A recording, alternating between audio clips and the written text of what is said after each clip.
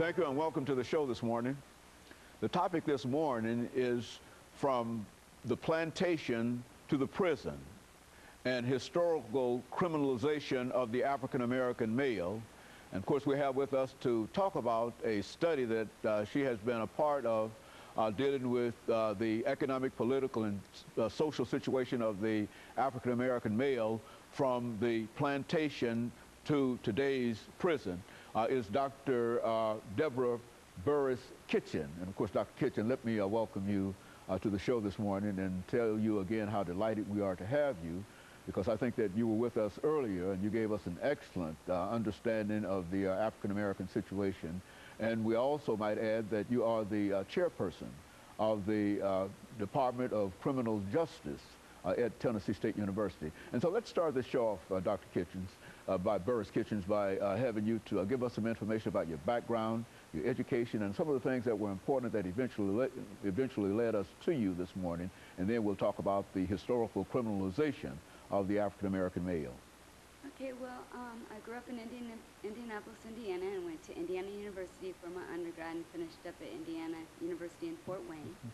And while I was in high school, I just knew a lot of people who were dealing in drugs, and the majority of the people who were dealing in drugs were people who were white, and I was just always intrigued, especially being a young adult in the early 80s, about the war on drugs and it being focused mostly on African Americans.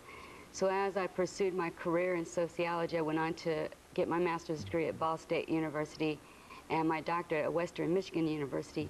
It was always my desire to figure out why we assumed that the majority of drug use was in the African-American community.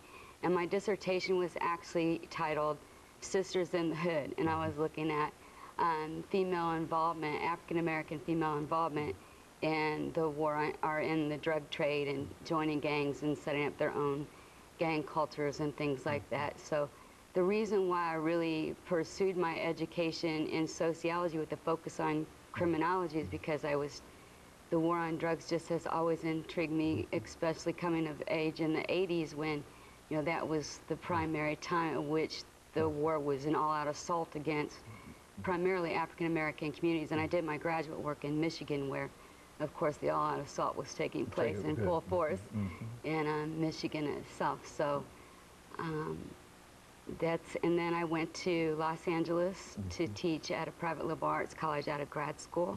Taught there for 7 years, did some more research, was more interested in the Hispanic culture and the Hispanics criminalization at that point because it was a predominantly Hispanic area and so was the university. So I kind of looked at, okay, how are Latinos criminalized as well?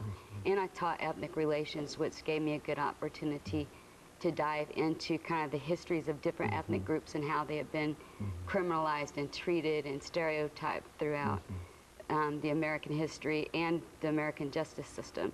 And then, of course, I came to TSU in 2001, and being a predominantly African-American university, I got back to pursuing my interest on the history of the criminalization of African-Americans, and have since done a couple of publications, and one in an African-American handbook that was edited by Dr. Robert Hampton, who's one of our colleagues at Tennessee State University. And I just finished up this work that you discussed earlier in the introduction that I just submitted for publication. I'm not sure how that's going to come out yet. Let's look at that, Dr. Burris-Kitchen. We talk about from plantation to the prison. Let's give our audience some ideas, and I'm not exactly sure how much time we have in this first segment yet. Let's give our audience some idea about the criminalization of Africans during the slavery period, on the plantation situation.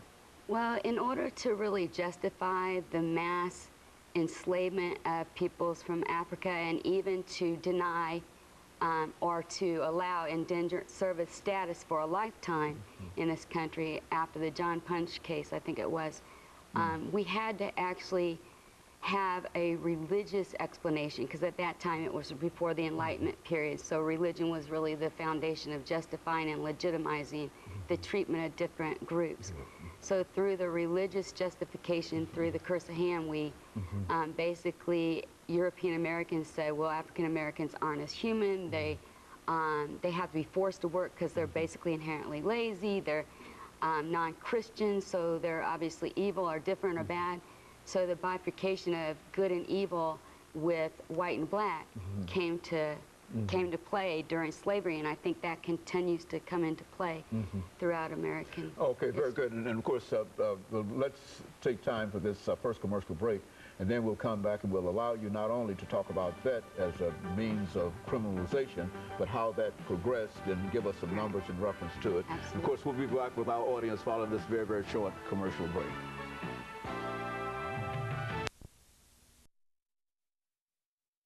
The topic is from